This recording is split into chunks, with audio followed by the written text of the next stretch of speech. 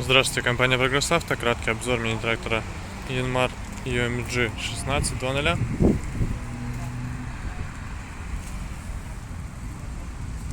Состояние резины передней, я думаю, отлично видно. Износ средний, но присутствуют следы рассыхания, к сожалению. По общему косметическому состоянию с трактором все отлично. Сейчас везде пройдемся, все покажу. Левая передняя шина, также износ средний, но при этом присутствуют трещинки, что, конечно, через пару сезонов даст о себе знать. Шины задние, наоборот, нет присутствия следов рассыхания, износ минимальный, ходить будет еще очень долго. Трехточное навесное устройство, комплектная фреза, 1,30 м. Состояние ножей. Статок есть, статок будет работать.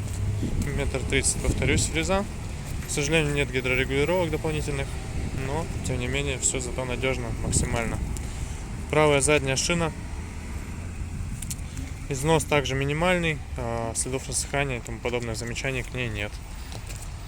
По правой стороне трактор также цел, комплектен. Что имеем здесь? 654 моточаса наработки.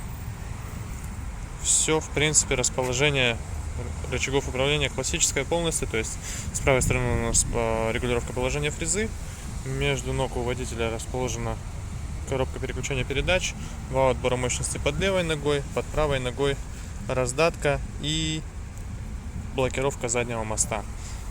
Есть здесь у нас заготовочка под хорошую крышу, то есть все это сделано в Японии, все это оригинальная японская, но, к сожалению, нет остекления и нет непосредственно самой крыши.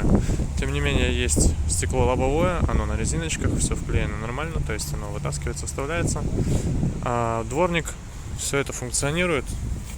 Я думаю, что человеку, который его приобретет, не составит труда, в принципе, заказать остекление и сделать себе закрытую кабину, загерметизировать это все. Поэтому вот такой тракторчик у нас в продаже. Приезжайте, смотрите. Всего доброго, Прогресс Авто.